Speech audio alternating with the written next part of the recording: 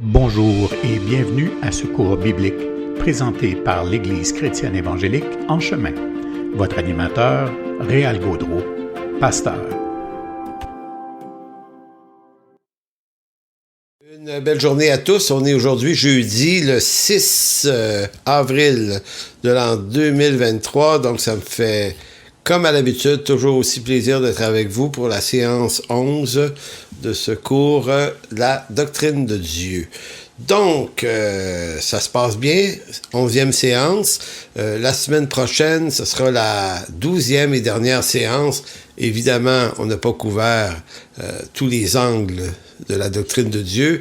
J'ai voulu spécifier un certain nombre de sujets que je trouvais étaient susceptibles de bien nous préparer au moment dans lequel on est. Donc, la doctrine de Dieu, oui, mais dans le contexte des moments que nous vivons en ce moment en Occident, en cette année 2023, où l'on sent bien que des vents contraires s'élèvent contre la foi chrétienne, et ce partout en Occident. Donc, on est en train de se dire, mais comment on se prépare à ça? Quels fondements soutiennent notre foi de telle sorte que ces vents contraires nous emportent pas soit dans de la compromission ou soit dans ce qui serait contraire d'une colère que l'Écriture ne prescrit pas qu'on ait. Donc, qu'est-ce qui est, non pas le juste milieu, mais qu'est-ce que l'Écriture nous donne comme conseil? Donc, on a établi l'hypothèse, je dis hypothèse ici, que avoir des solides fondements dans l'Écriture, mais surtout connaître et comprendre davantage qui est ce Dieu qui nous sauve et que nous servons est probablement un des meilleurs fondements qu'on puisse avoir pour tenir ferme aux jours difficiles. Donc, la semaine passée, on a parlé des attributs communicables et incommunicables de Dieu. Je vous refais pas le cours, c'était la séance 10. La loi de Dieu, également, expression de la grâce et l'amour de Dieu. Donc, on a vu ça la semaine passée. Et ce soir, on va continuer sur la loi de Dieu. J'ai cru bon de continuer, même si c'était pas exactement ce que j'avais prévu. J'ai vu à quel point le sujet soulevait énormément de questionnements. Certains d'entre vous m'ont envoyé de ces questions-là. Et j'ai vu à travers des commentaires aussi qu'il y avait quelques zones d'ombrage. On comprend pas très bien où situer ça, la loi, dans une alliance de grâce. On se dit, est-ce que ça s'applique encore? Est-ce que ça s'applique pas du tout? Est-ce que c'est transformé? Est-ce que la loi de Dieu, la loi de Moïse, c'est devenu la loi de Christ? Oui, non, peut-être, enfin, bref.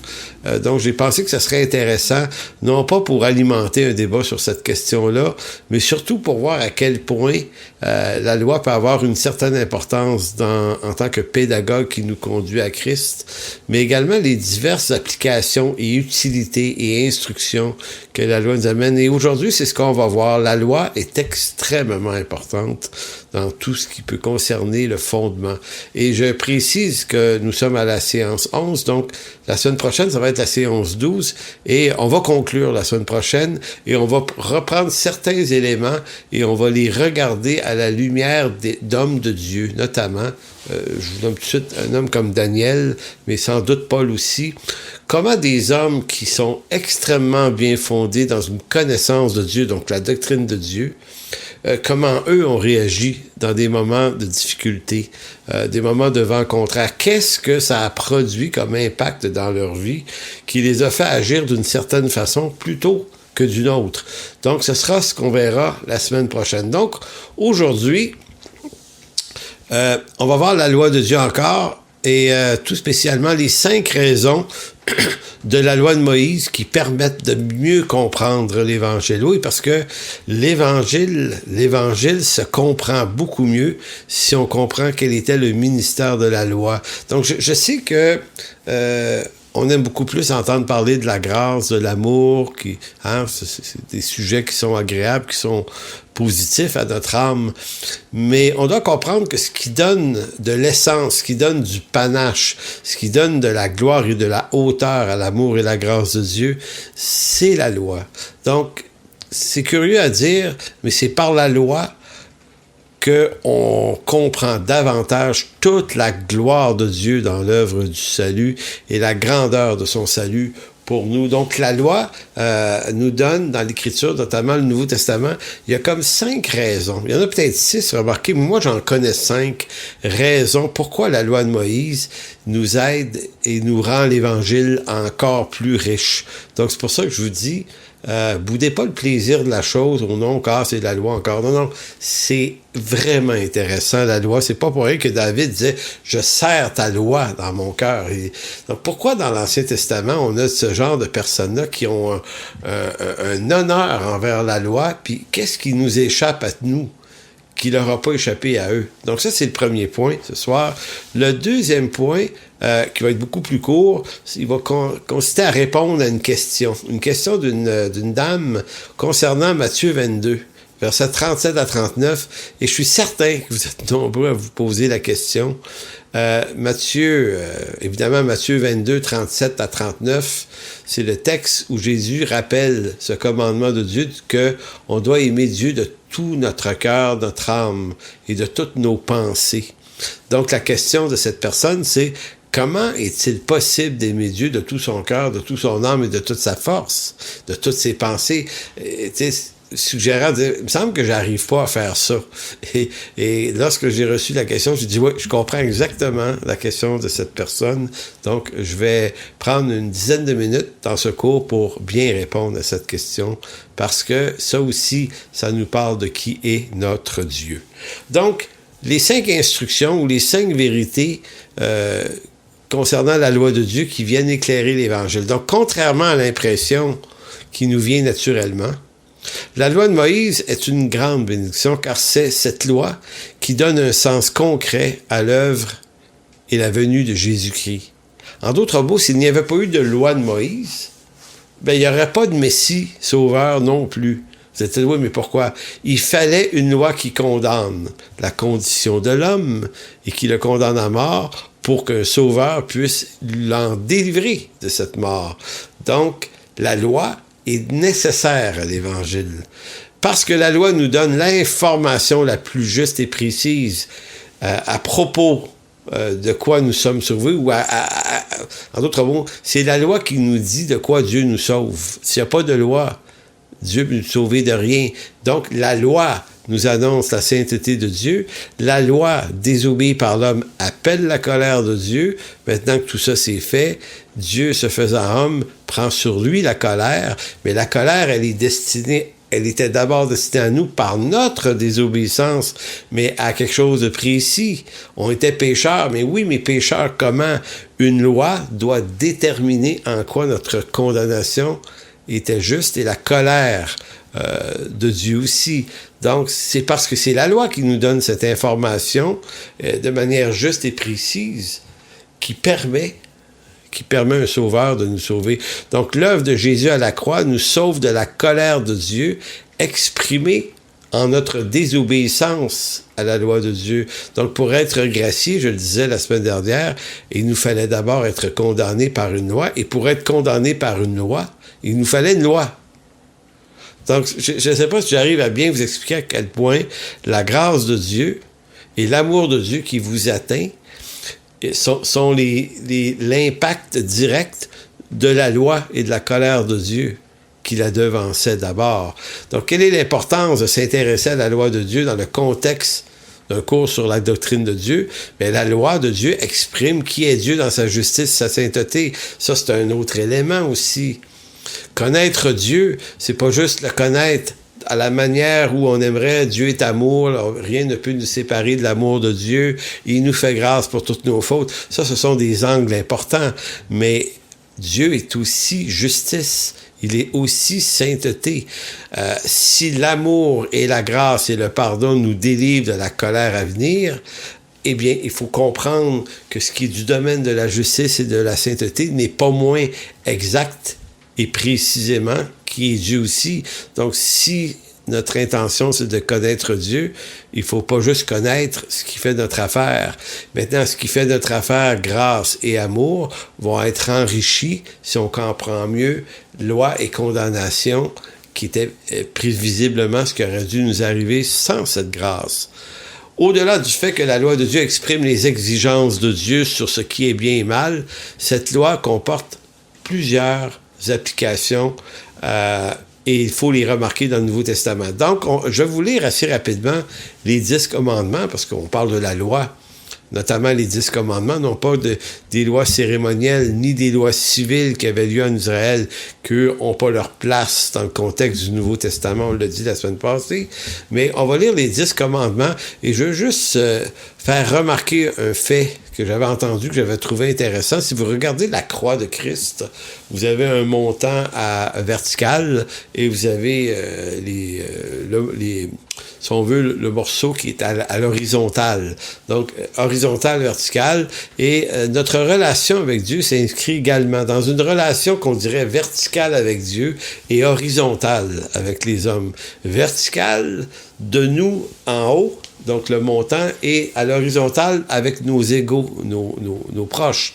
Et curieusement, les 10 commandements reflètent un peu cette affaire-là. Donc, des 10 commandements, il y en a 4 qui sont dans l'horizontalité de notre relation avec Dieu, les 4 premiers. Et les 6 derniers sont dans l'horizontalité de notre relation avec nos semblables. Donc, c'est pour ça que j'avais trouvé ça amusant ou intéressant de dire que on pourrait imaginer que la croix, si tant est qu'elle est vraiment faite comme celle qu'on nous présente encore aujourd'hui, avait un côté vertical et horizontal. Donc, les premiers 4 commandements de la loi de Moïse, le premier, c'est « Tu n'auras point d'autre Dieu en face de moi. Tu ne te feras aucune idole. Tu n'invoqueras pas en vain le nom du Seigneur ton Dieu pour le mal. Tu feras du sabbat un mémorial, un jour sacré. » Donc ça, c'est les 4 commandements entre nous et Dieu. Il est à noter que celui du sabbat, et pour la plupart des dénominations chrétiennes, notamment c'est mon cas, est aboli ici parmi les 10 commandements pour une raison bien simple, c'est que le sabbat est accompli en Jésus-Christ. Il est le sabbat. Il est la représentation réelle de ce qui était annoncé d'avance. Donc le sabbat est trouvé en lui. Maintenant, les 6 autres commandements qui sont dans la relation, nos relations humaines. Honore ton père et ta mère, c'est le 5e. Tu ne commettras pas de meurtre, c'est le 6e. Tu ne commettras pas d'adultère, c'est le 7e. Tu ne commettras pas de vol, le 8e. Tu ne porteras pas de faux témoignages contre ton prochain, 9e. Et tu ne convoiteras pas, 10e. Donc, on peut dire des 10 commandements qu'ils présentent en quelque sorte une version de la loi de Dieu qui éclaire la condition pécheresse de l'homme. Autrement dit, ces commandements sont un rappel de ce que serait l'homme sans la chute adamique. C'est intéressant parce que il faut bien comprendre une affaire concernant la chute. C'est que au moment de la chute, il est question que si vous mangez de l'arbre de la connaissance du bien et du mal, vous connaîtrez le bien et le mal, et ainsi de suite. Donc, le bien et le mal sera redéfini par la raison de l'homme séparé de Dieu. Ça, c'est ce qui se passe à la chute. Maintenant, quand on lit les 10 commandements, on a l'impression de lire, c'est comme si c'était une réponse aux égarements de la chute. C'est comme si Dieu disait, la chute vous a conduit à établir le bien et le mal selon vos propres conceptions, séparées de Dieu. Voici, moi, Dieu, je vous redonne une définition du bien et du mal selon ma perspective, et c'est ma perspective qui est juste. Donc, dans le moment juste avant, et là, je vous fais tourner dans Exode, chapitre 19, 21, là, on va s'intéresser à ce sujet-là. Dans les moments juste avant que Moïse fasse la lecture aux Israélites des 10 commandements dans le désert en sortant d'Égypte, Dieu avait parlé à Moïse en disant ceci. Donc, il avait dit, tu vas aller voir le peuple, tu vas lui donner le décalogue, les 2 tables de la loi. Mais juste avant, Dieu avait dit, et là, voyez, Exode 19, 21, l'Éternel dit à Moïse, descends, fais au peuple la défense expresse de se précipiter vers l'Éternel. Là, j'insiste pour faire remarquer dans le texte que si tu as 2 ou 3 reprises, sinon au moins à 2 reprises, il y a un interdit d'approcher de la montagne. Donc, l'homme séparé de Dieu ne peut pas s'approcher de Dieu. Donc, descends, fais au peuple la défense expresse de se précipiter vers la montagne pour regarder de peur qu'un grand nombre d'entre eux ne périssent, que les sacrificateurs qui s'approchent de l'Éternel se sanctifient de peur que l'Éternel ne les frappe de mort. Moïse dit à l'Éternel, « Le peuple ne pourra pas monter sur la montagne de Sinaï, car tu nous en as fait la défense expresse en disant, fixe les limites autour de la montagne et sanctifie-la. » L'Éternel lui dit, « Va, descends, tu monteras ensuite avec Aaron, mais que les sacrificateurs et le peuple ne se précipitent point. » Donc, c'est dit une troisième fois, là. Hein, verset 21, défense de se précipiter vers l'Éternel. Verset 23, le peuple ne pourra monter sur la montagne. Et verset 24, que le peuple ne se précipite point pour monter vers l'Éternel de peur qu'il ne les frappe de mort. Moïse descendit vers le peuple, il lui dit ces choses. Donc, vous entendez là l'interdit solennel ici qui est proclamé dans Exode 19, versets 21 à 25. Donc, remarquons dans ce texte la précaution, l'extrême précaution donnée par Dieu de ne pas s'approcher de la montagne sous peine de mort. Et je veux vous faire remarquer que l'Écriture, là, les différents livres dans l'Écriture ont des échos entre eux. Donc, cette révélation-là, ici, de l'Exode, a un écho dans Genèse, chapitre 3, versets 22 à 24. Et vous allez remarquer l'écho. Qu'est-ce que je veux dire par un écho? C'est une ressemblance, c'est pas une citation. C'est une ressemblance dans la précaution. On a l'impression qu'au fond, le texte de Exode 19 fait écho à l'interdit d'approcher l'arbre de la connaissance du bien et du mal qui était en Éden, juste après la chute. Souvenez-vous qu'Adam et Ève ont été chassés du jardin. Et regardez comment c'est écrit. C'est vraiment intéressant. Genèse 3, 22, l'Éternel Dieu dit, « Voici l'homme est devenu comme l'un de nous, pour la connaissance du bien et du mal. Empêchons-le maintenant d'avancer sa main. » Je ne sais pas si vous voyez, l'interdit qui est proclamé en Genèse 3 est répété et accentué au moment de donner la loi. Donc, empêchons-le maintenant d'avancer sa main, de prendre de l'arbre de vie, d'en manger, de vivre éternellement. Et l'Éternel Dieu les chassa du jardin d'Éden pour qu'il cultivât la terre d'où il avait été pris. C'est ainsi qu'il chassa Adam et mit à l'orient du jardin d'Éden les chérubins qui agitent une épée flamboyante pour garder le chemin de l'arbre de vie. Donc, après la chute, l'homme ne peut plus approcher d'aucune façon la sainteté ou la présence de Dieu, que ce soit en Éden, d'où il est exclu, mais également à Horeb, cette fameuse montagne où la loi est donnée, où Dieu dit venir descendre sur cette montagne, l'homme aussi est empêché de s'y approcher. Donc, on voit également, la sévérité de la situation. Donc, le péché est condamnable à mort. Même ici, la loi n'étant pas encore donnée, Dieu dit, si quelqu'un avait la hardiesse de s'en approcher quand même, il va mourir. Avertis-les, Moïse, avertis-les. Donc, c'est intéressant parce que dans les deux cas, Genèse 3, 22 ou Exode 19, c'est toute la question du bien et du mal dont il est question. Dans Genèse 3, ils viennent de perdre, d'être égarés de la connaissance du bien et du mal. Mais selon Dieu, en fait, ils sont plutôt lancés dehors du jardin et ils vont devoir se créer leur propre bien et leur propre mal étant séparés de Dieu. Genèse 3. Et dans Exode 19, c'est en vue de leur révéler, restaurer une connaissance du bien et du mal selon Dieu. Donc, je ne sais pas si vous voyez l'effet miroir entre les deux. Genèse 3, ils perdent Éden. Ils se font une fabrication du bien et du mal selon leur conception autonome. Et Exode 19, Dieu arrive, il dit, « Maintenant, par Moïse, je vous redonne un décalogue qui va redéfinir le bien et le mal, mais non plus selon l'homme séparé de Dieu, mais ici, c'est moi, l'Éternel, qui le révèle. » Et les mêmes précautions, les mêmes distances sont prises face à l'approche de la présence de Dieu. Donc, puisque l'homme connaît le bien et le mal par la chute, Maintenant, Dieu présente sa définition du vrai mal et du vrai bien selon lui. La loi de Dieu qui révèle ce qui est bien et mal selon Dieu requiert les mêmes précautions ici à Horeb. Maintenant, c'est intéressant.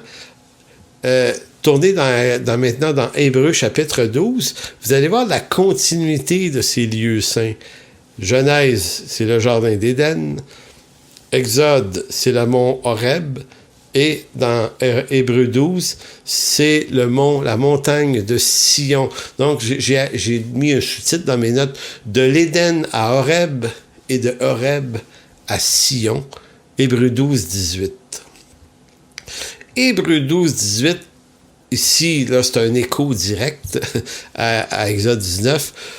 En parlant des croyants, des élus, il dit « Vous ne vous êtes pas approchés d'une montagne qu'on pouvait toucher et qui était embrasée par le feu, ni de la nuée, ni des ténèbres, ni de la tempête, ni du retentissement de la trompette, ni du bruit des paroles, tels que ceux qui l'entendirent demandèrent qu'il ne leur en fût adressé aucune de plus, car ils ne supportaient pas cette déclaration, si même une bête touche la montagne. » Là, moi, j'ai pas lu le texte au complet, mais c'est ça. « Si même une bête touche la montagne, elle sera lapidée. » Et ce spectacle était si terrible que Moïse dit « Je suis épouvanté et tout tremblant. » Donc, vous voyez la colère de Dieu face au péché et à l'injustice de l'homme à un moment de l'histoire où cette injustice, cette condition pécheresse rencontre la loi de Dieu, la sainteté de Dieu, à quel point c'est troublant et épeurant. Au verset 22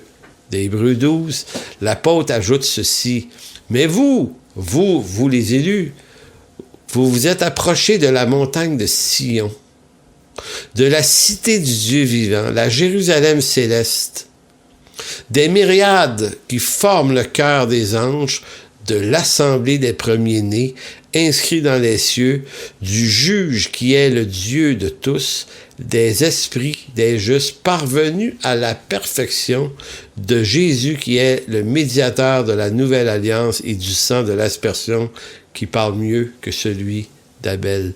Donc, si Adam et Ève avaient été chassés sous menace par un chérubin chassé hors de Éden, ne puisse plus y revenir, et que en Exode chapitre 19, la chose est confirmée, donc la loi est donnée, mais comme sans rédemption dans Exode 19, elle est donnée dans l'expression de la colère et du jugement de Dieu, eh bien, par Jésus-Christ, ceux qui ont été mis en lui, c'est comme si toute la condamnation et la dangerosité du phénomène est complètement enlevée. J'attire votre attention sur le verset 23, l'assemblée des premiers-nés, ou des nés de nouveau.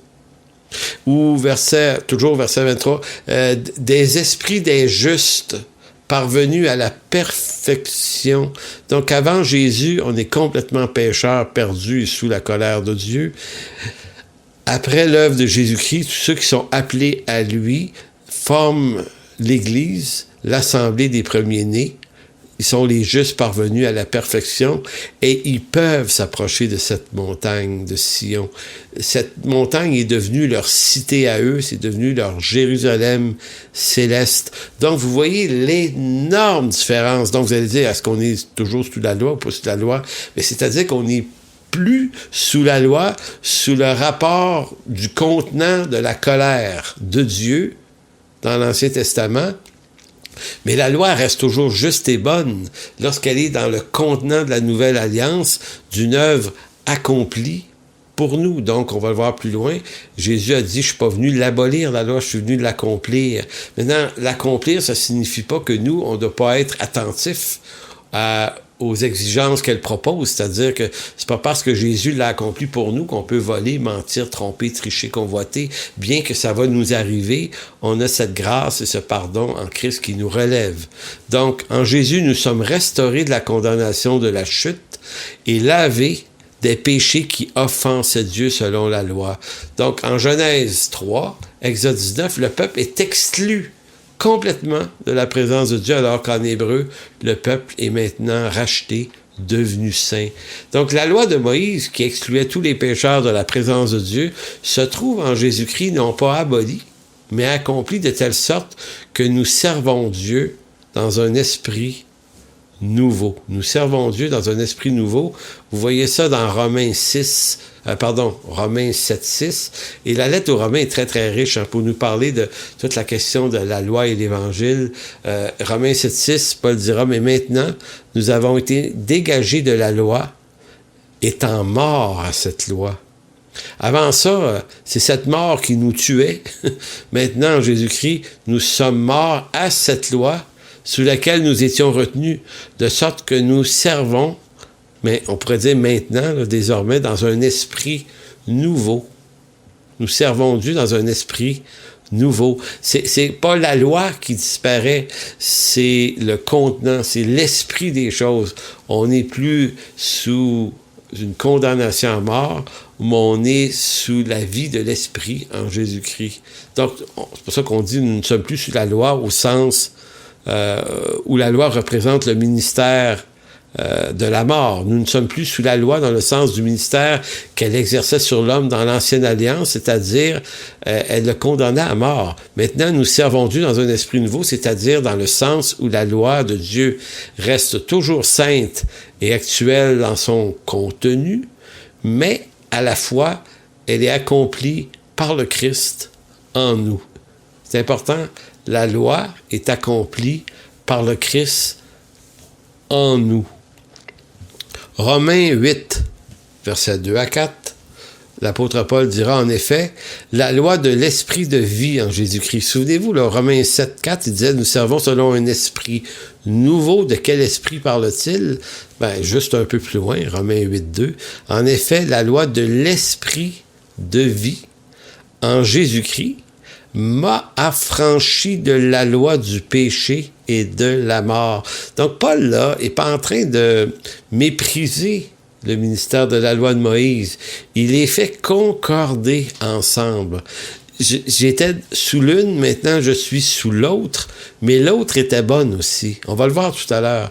Il dit, car chose impossible à la loi, parce que la chair la rendait sans force, Dieu a condamné le péché dans la chair, en envoyant à cause du péché son propre Fils dans une chair semblable à celle du péché, et cela afin que la justice de la loi, fût accomplie en nous, qui marchons non selon la chair, mais selon l'esprit.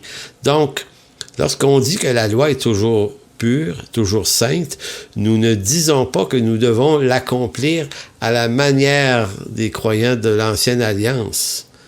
Donc, nous, la loi, elle est accomplie en nous. Donc, à quoi nous sert-il de l'honorer? Parce que la loi, cette loi de Dieu, reste pure, elle reste bonne, elle reste vraie dans son application dans la vie de tous les jours. Donc, s'il y avait un problème, c'était pas la loi, c'était nous.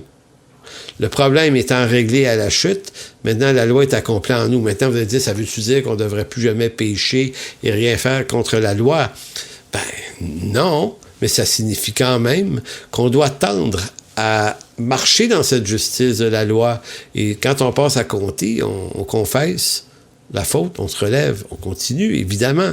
Évidemment, la grâce de Dieu nous relève, le sang de Christ nous lave et nous purifie de tout péché, mais on peut pas dire, non, je suis plus sous cette loi-là, je n'ai plus besoin, je suis tellement rempli du Saint-Esprit que je pêche plus. Fait que là, il y a des gens qui s'égarent complètement dans un antinomisme qui est tout à fait farfelu.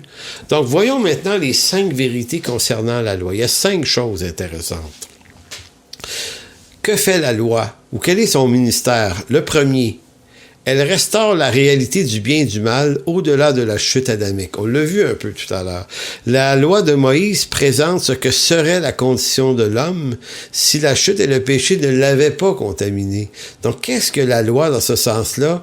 C'est une restauration de ce que serait l'homme sans le péché. C'est comme si Dieu disait, je vais t'expliquer ô homme ce que devrait être ta vie si le péché t'avait pas atteint.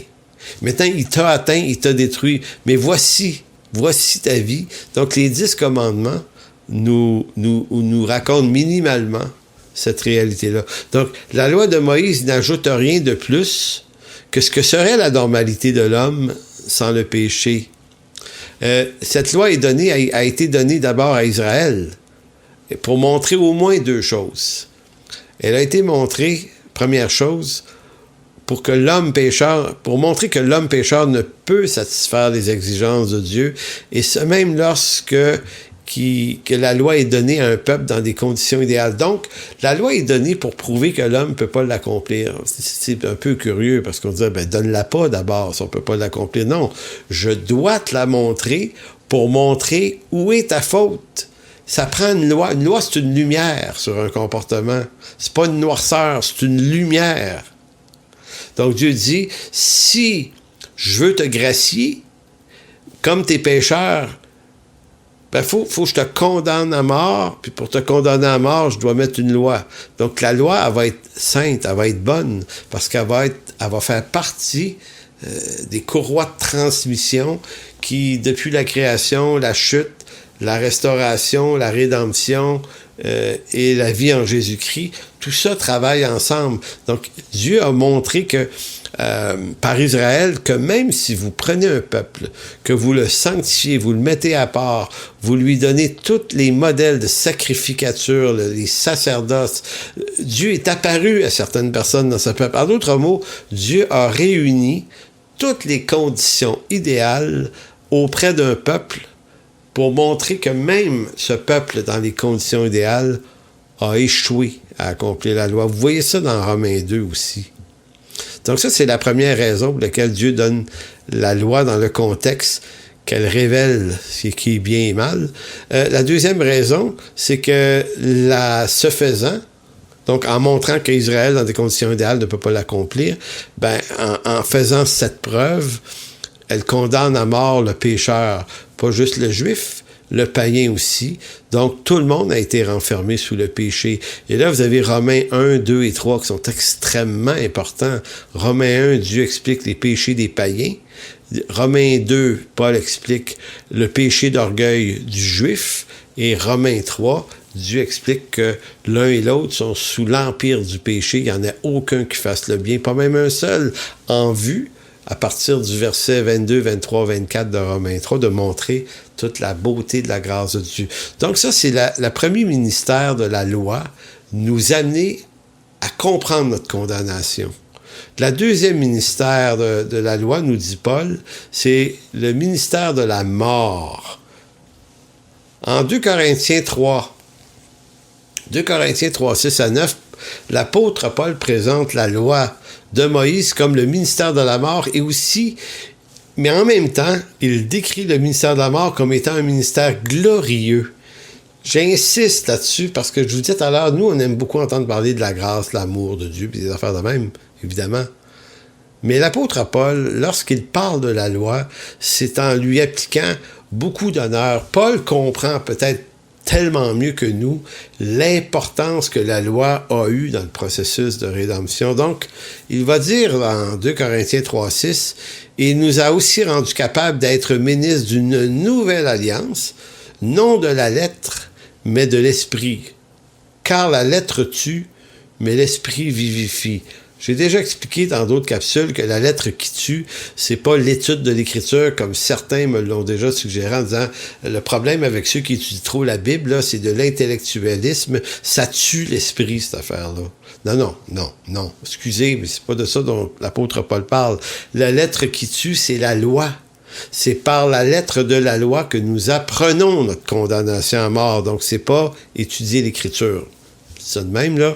Donc, je relis ça. Il nous a rendus capables d'être ministres d'une nouvelle alliance, non de la lettre, mais de l'esprit. Car la lettre tue, mais l'esprit vivifie. Or, et l'esprit vivifie, c'est la nouvelle alliance. Elle est le produit d'une vie de l'esprit. Vous vous souvenez de ça? C'est chapitre 3. Allez voir également dans Jean chapitre 3, la rencontre entre Jésus et Nicodème. Tu dois naître de l'esprit, Nicodème. Donc, c'est le ministère de l'esprit. Or, si le ministère de la mort gravait avec des lettres sur des pierres, a été glorieux au point que les fils d'Israël ne pouvaient fixer les regards sur le visage de Moïse à cause de la gloire de son visage, bien que cette gloire fût passagère. Voyez-vous, l'apôtre Paul parle avec éloquence de cette gloire. Il dit pas que c'était pas une erreur de passage d'avoir donné la loi, c'était pas quelque chose... Non, c'est le ministère de la mort, mais il dit le ministère de la mort a été glorieux. Donc, je relis ça, verset 7. « Or, si le ministère de la mort gravé avec les lettres sur des pierres a été glorieux, au point que les fils d'Israël ne pouvaient fixer les regards sur le visage de Moïse à cause de la gloire de son visage, bien que cette gloire, écoutez, ça fait 3 fois qu'il utilise le mot gloire, fut passagère, combien le ministère de l'Esprit ne sera-t-il pas plus glorieux? Évidemment. Si le ministère de la condamnation était glorieux, le ministère de la justice est de beaucoup supérieur en gloire. Donc, vous voyez, la loi avait pour un ministère le ministère de la mort, mais pas de, on pourrait dire, non pas de manière négative, mais ministère de la mort comme un passage obligé qui nous mène vers le ministère de l'Esprit, qui nous amène en résurrection de vie.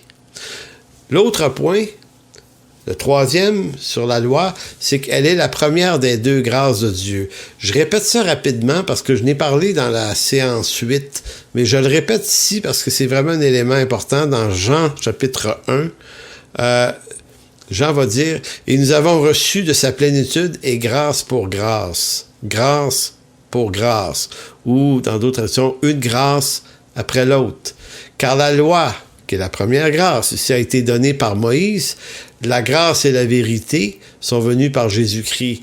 Donc, la façon dont c'est écrit, là, dans la pensée de Jean, c'est que grâce pour grâce, c'est une grâce, une première grâce, suivie d'une seconde grâce. La première grâce nous a été donnée par Moïse. La seconde grâce nous vient dans la vérité en Jésus-Christ. L'intérêt de ça, c'est que l'apôtre Jean, tout comme Paul d'ailleurs, mais ici c'est Jean, s'accorde pour dire que la loi n'est pas juste une malédiction. Elle est une bénédiction, puis elle est aussi une grâce. Et Paul disait dans 2 Corinthiens, elle est glorieuse, la loi. Donc, c'est pour ça que je vous dis, on doit avoir avec la loi un regard respectueux et honorable, parce qu'elle fait partie des saintes choses qui sont dans le processus qui, depuis la chute, participent au bonheur du salut. Donc, nous avons reçu une grâce après l'autre.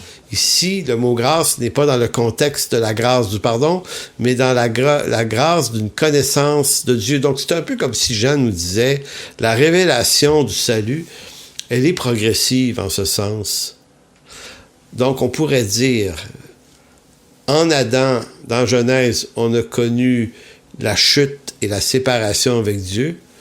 Avec Moïse, Dieu nous donne une version du bien et du mal qui est perdue à la chute. Maintenant, Dieu restaure cette révélation-là en vue de montrer à quel point l'homme est condamnable et loin des exigences de cette loi-là pour pouvoir ainsi le condamner et l'amener en Jésus-Christ, amener l'homme en Jésus-Christ par lequel il trouve grâce. Donc, je l'ai dit souvent, j'insiste beaucoup là-dessus, seul un coupable peut être gracié.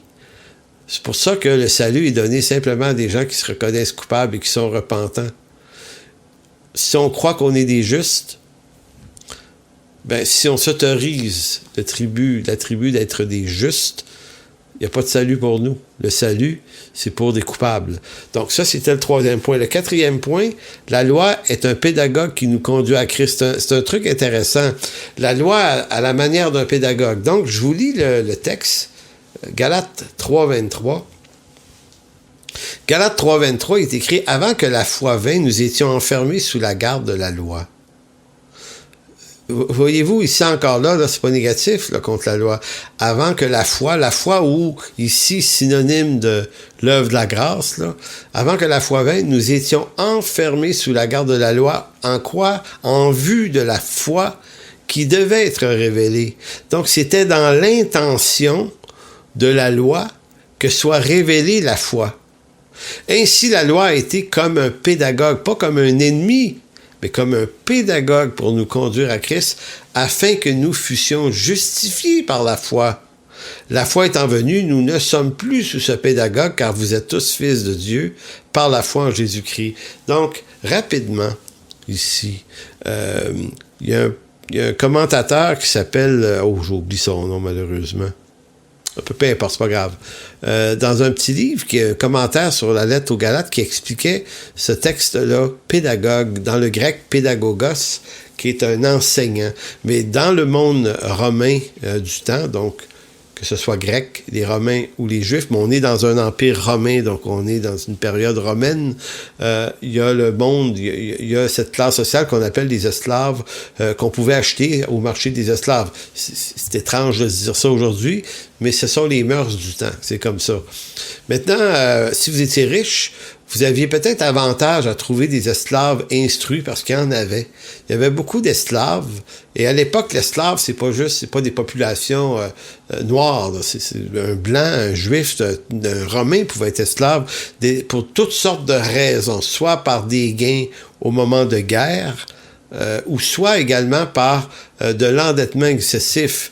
On devenait tellement endetté que on pouvait se donner comme esclave. C'était une façon de racheter la dette, ou on pouvait donner même de ses filles ou de ses fils au marché des esclaves pour avoir des sous, payer nos dettes. C'est un peu cruel, mais bon, c'est les mœurs.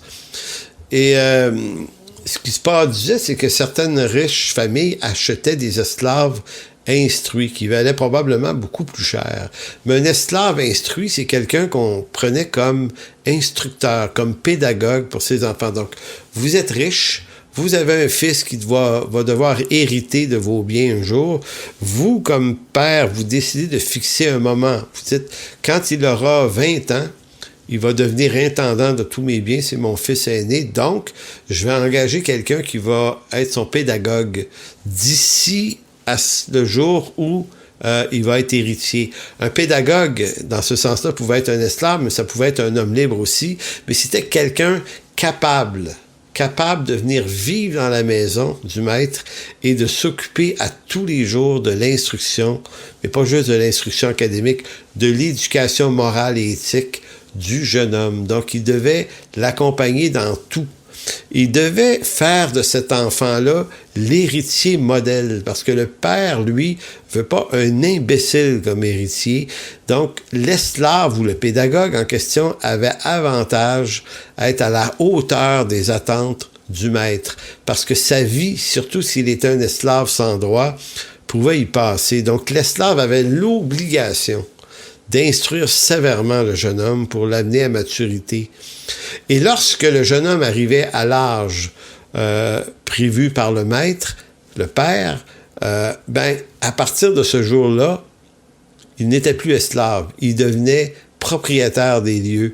Et là, on dit que ça faisait une drôle de chose, parce que si l'esclave, le pédagogue, avait été très dur avec lui, du jour où il était le maître de l'enfant, le lendemain, l'enfant devient son maître. Donc, c'était une job un peu capricieuse. Fallait que l'esclave ou le pédagogue mesure très bien, dose son approche éducative avec le jeune homme. Donc, ça, c'est la réalité historique de ce que c'était un pédagogue dans ce contexte-là. Maintenant, Jésus nous dit, la loi a fait exactement la même chose. Avant, verset 23, avant que la foi vienne, nous étions enfermés sous la garde, sous la pédagogie de la loi, en vue que la loi de la foi qui devait venir. Ainsi, la loi était comme un pédagogue. Donc, c'est la loi qui nous a instruits, à pouvoir être conduits un jour dans l'héritage de Christ. Donc ici, Paul donne à la loi un pouvoir, une instruction qui était indispensable pour pouvoir être conduit à Christ.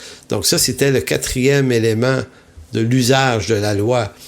Et dernier usage, qui est beaucoup plus simple, qu'est-ce que la loi ici par rapport à l'Ancien Testament?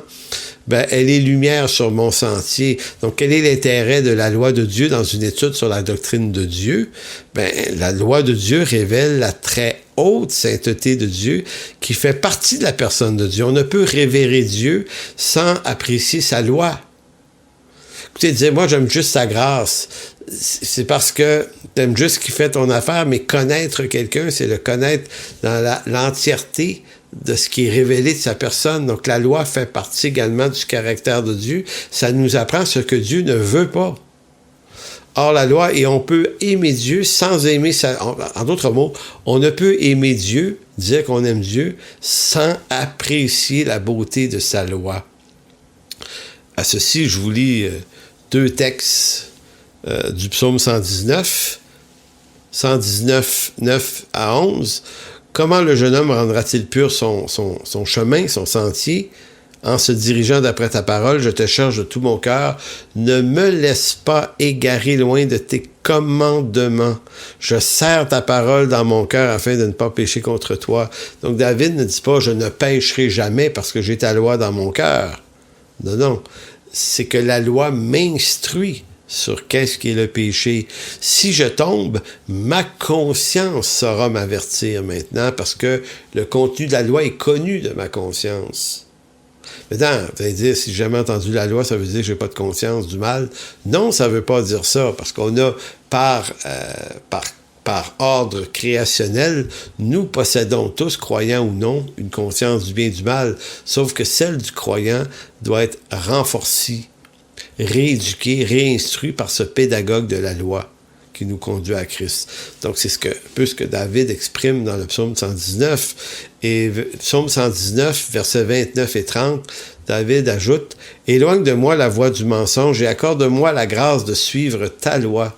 Je choisis la voie de la vérité, je place mes lois sous mes yeux. » Et le psaume 119 est très éloquent pour montrer... Puis moi, ça m'a souvent amené à m'interroger, puis ça fait pas si longtemps que ça, que cette affaire-là me cause moins d'ennui, de compréhension. C'est que je me disais, comment il faisait, David, pour aimer la loi? Parce que il est ému, lui, devant la loi. Puis je me dis, il me semble que moi, je n'ai pas le même genre d'émotion que lui. Et c'est peut-être encore mieux, dernièrement, en m'y intéressant davantage à la loi, que je réalisais que, effectivement, la loi, elle est magnifique, elle est belle, elle est utile, elle est sainte, elle est juste, puis elle doit faire partie des choses que mon cœur apprend à honorer.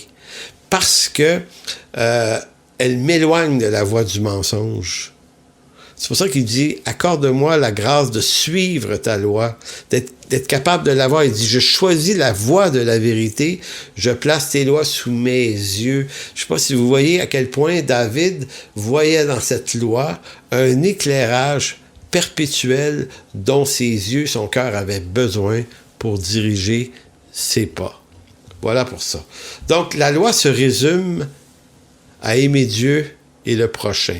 Donc, maintenant que je réponds à la question de cette dame qui m'a cité, qui m'a écrit par rapport à Matthieu 22, 36 à 40. Matthieu 22, 26, 36 à 40, c'est ce fameux texte où un docteur de la loi s'était levé pour demander à Jésus, mais quel est le plus grand commandement de la loi, et ainsi de suite. Donc, la réponse de Jésus, dans une alliance de grâce, peut nous paraître étrange, parce que ça ne diffère pas vraiment de ce qu'exigeait la loi de Moïse dans l'Ancien Testament. Donc, vous voyez, la question que soulève Matthieu 22, ce texte-là, est la suivante. Comment est-il possible d'aimer Dieu de tout son cœur, de toute son âme, de toute sa force, de toute sa pensée? Comment c'est possible? On va répondre à ça, mais lisons Matthieu 22, 36. Maître, quel est le plus grand commandement de la loi? Et Jésus lui répondit, tu aimeras le Seigneur, ton Dieu, de tout ton cœur, de toute ton âme et de toute ta pensée. Écoutez, c'est pas un peu, là. C'est pas aimer Dieu un peu comme ça, là, quand je lis ma Bible ou quand je suis à l'église le dimanche. Non, c'est de tout ton cœur, de toute ton âme, de toute ta pensée. On pourrait presque se dire, aimer Dieu de cette façon-là, il reste plus de temps pour aller travailler et s'occuper des siens. C'est comme si il y a comme une intention qui est captivée continuellement par Dieu. Moi, personnellement, j'y arrive pas.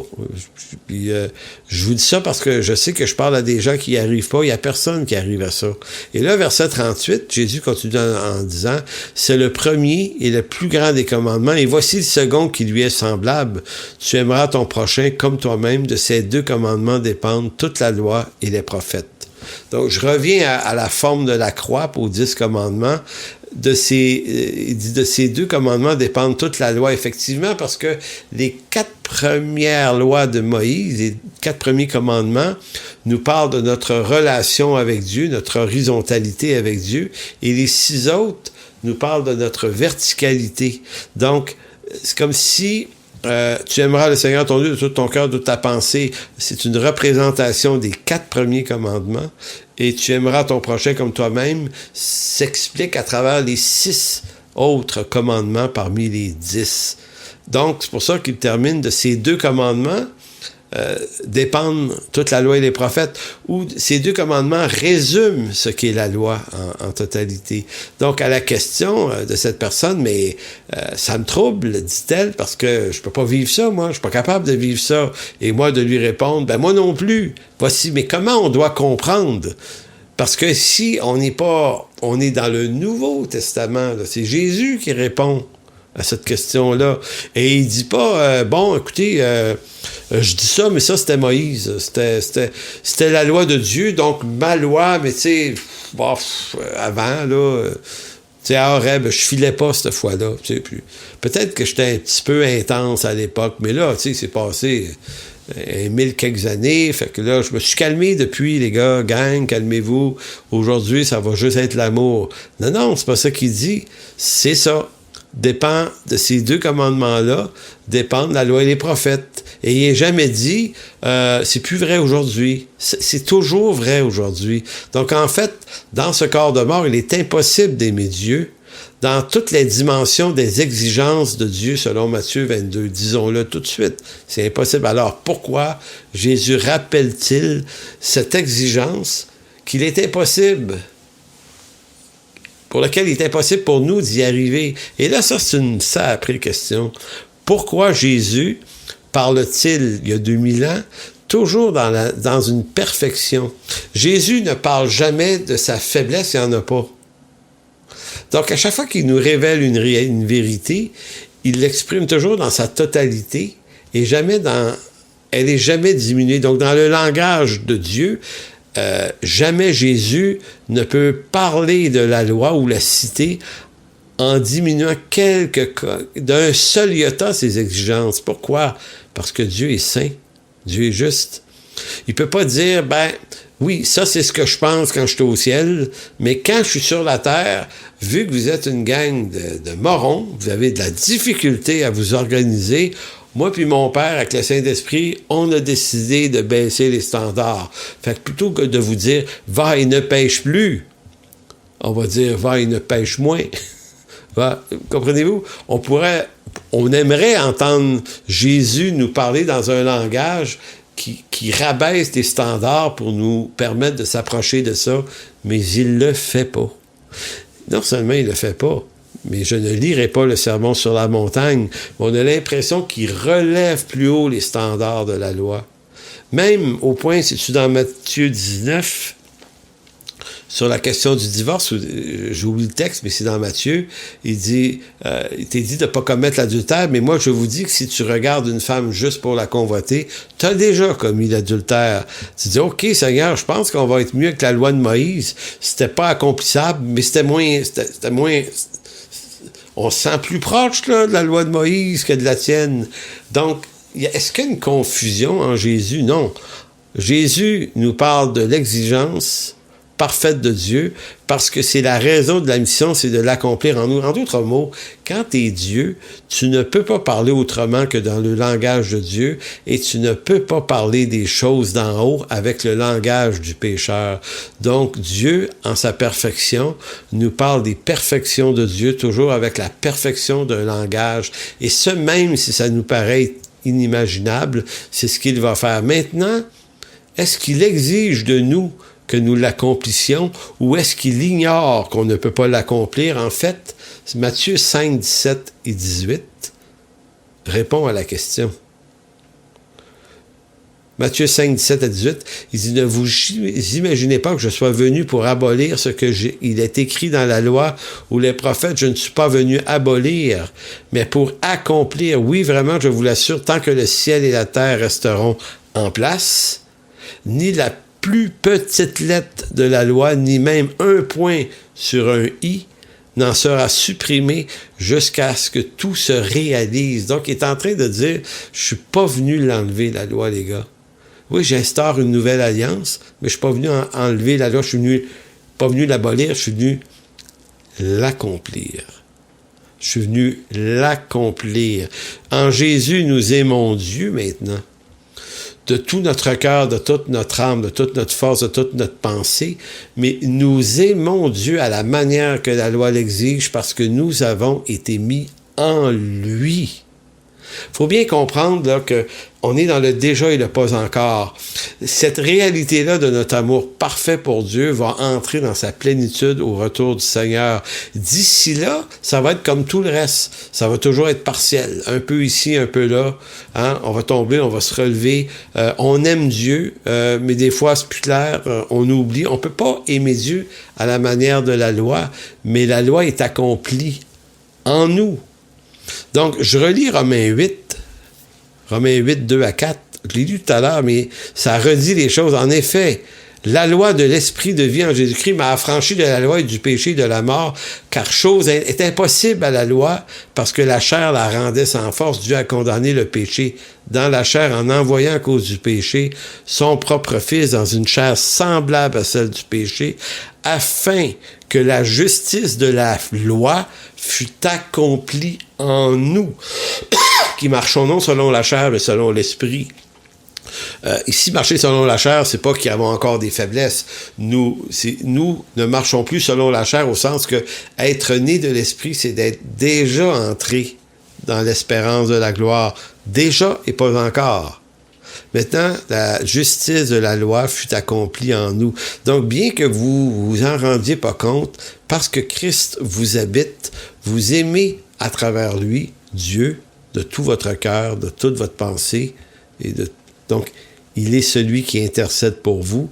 Vous avez été lavé, purifié. C'est pour ça que l'apôtre Jean dira dans sa lettre, sa première lettre, 1 Jean 4,16, « Or nous avons connu l'amour de Dieu, que Dieu a pour nous, et nous y avons cru. Dieu est amour, et celui qui demeure dans l'amour de Dieu, Dieu demeure en lui. Tel il est, tel nous sommes aussi dans le monde. C'est en cela que l'amour est parfait en nous. Nous, on le sent pas de même. Mais dans notre position en Christ, c'est comme ça que c'est. Afin que nous ayons, de l'assurance au jour du jugement. En d'autres mots, j'ai beau être imparfait dans ma chair, mais dans ma nouvelle vie de l'esprit, ce que Dieu regarde, c'est accompli pour moi et mon assurance ne repose pas sur moi et toutes mes victoires, mais elle repose sur Christ et sa victoire sur moi, sur ma vieille chair, sur mes péchés, sur mes fautes. Verset 18, la crainte n'est pas dans l'amour, mais l'amour parfait bannit la crainte, car la crainte suppose un châtiment et celui qui craint n'est pas parfait ou mature dans l'amour. Pour nous l'aimons. Nous l'aimons de tout notre cœur, de toute notre pensée, de notre force. Pourquoi? Parce qu'il nous a aimés le premier. En conclusion, en quoi la connaissance de la loi m'est-elle utile dans ma réalité quotidienne? Eh bien, la loi de Dieu est à notre relation avec Dieu, un peu ce qu'une loi de l'État est à notre relation avec le gouvernement et les autorités civiles. Par exemple, le code de la route. Puis je vous donne ce petit exemple-là, ça va prendre 3 minutes. Le code de la route, là, imposé par nos gouvernements, se compose de lois dont les objectifs principaux sont de freiner l'ardeur des conducteurs téméraires. Donc, le code de la route, c'est dans un ouvrage, mais c'est également sur des pancartes le long des routes. Ça nous donne l'amplitude des côtes, l'amplitude d'une courbe, la vitesse à laquelle on doit régler selon qu'on traverse un village ou qu'on est en campagne ou selon qu'on est dans une ville ou sur une autoroute. Donc, le code routier, c'est un ensemble de règles qui nous sont continuellement adressées, qui ont pour but de nous protéger des conducteurs téméraires, mais aussi le code nous protège non pas seulement des mauvais conducteurs, mais de nos propres manœuvres téméraires. Donc, le code routier, qu'est-ce que fait-il? Il fait comme la loi de Moïse. Il éclaire notre sentier, il éclaire notre route, notamment dans les zones les plus à risque de faire un accident. Les pancartes nous avisent d'avance. En ce sens, les panneaux routiers nous avertissent des dangers qui se trouvent sur notre chemin en vue de nous protéger des dangers et de notre propre folie. Donc, choisir de les ignorer, c'est agir en insensé. De la même manière, choisir d'ignorer la loi de Dieu et le rôle qu'elle joue dans la lumière qu'elle produit sur notre route, c'est d'agir en insensé, c'est de préférer nos ténèbres. Donc, la doctrine de Dieu est une instruction nécessaire pour prévenir le choc, les surprises et les hasards qui s'amènent en ce moment sur l'Église en Occident. Donc, moi, je présume qu'on est sur une route, on est sur un chemin. Le chemin sur lequel on se trouve, les chrétiens en Occident, c'est un chemin qui va être assez abrupt prochainement. Il va y avoir des vents contraires, il va y avoir des courbes solides, il va y avoir de la persécution probablement. Maintenant, qu'est-ce qui doit nous informer sur notre chemin? Qu'est-ce qui doit alimenter nos réactions? C'est pas nos réactions naturelles en Adam, nos colères et nos frustrations.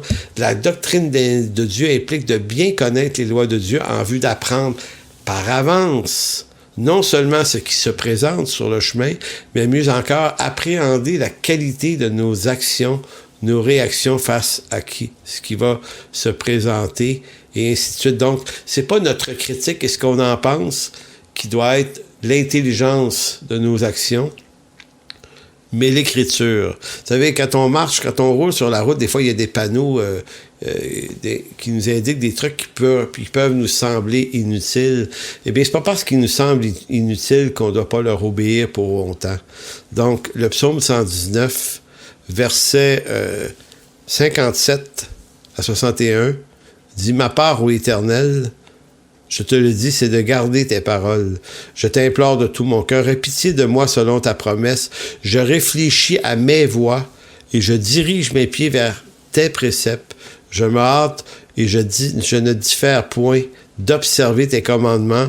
Les pièges des méchants m'environnent. Je n'oublie point ta loi. » Donc, vous voyez, l'intelligence de la loi agit comme un code routier sur notre chemin. Et je pense qu'on est perdant de penser que ça a peu ou pas ou très peu d'importance, alors qu'au contraire, la loi de Dieu est une lumière puissante sur notre chemin. Donc, je nous souhaite de réfléchir profondément à ces choses. Et la semaine prochaine, 12e et dernière séance, on va s'intéresser à quelques hommes dans la Bible qui ont eu une réflexion adultes, matures sur la doctrine de Dieu et qu'est-ce que ça a fait dans leur vie. Ça va être un modèle, un exemple extraordinaire pour nous. Donc, je vous salue d'ici la semaine prochaine. Que Dieu vous bénisse. Pour toute information, n'hésitez pas à communiquer avec nous à info@égliseenchemin.com.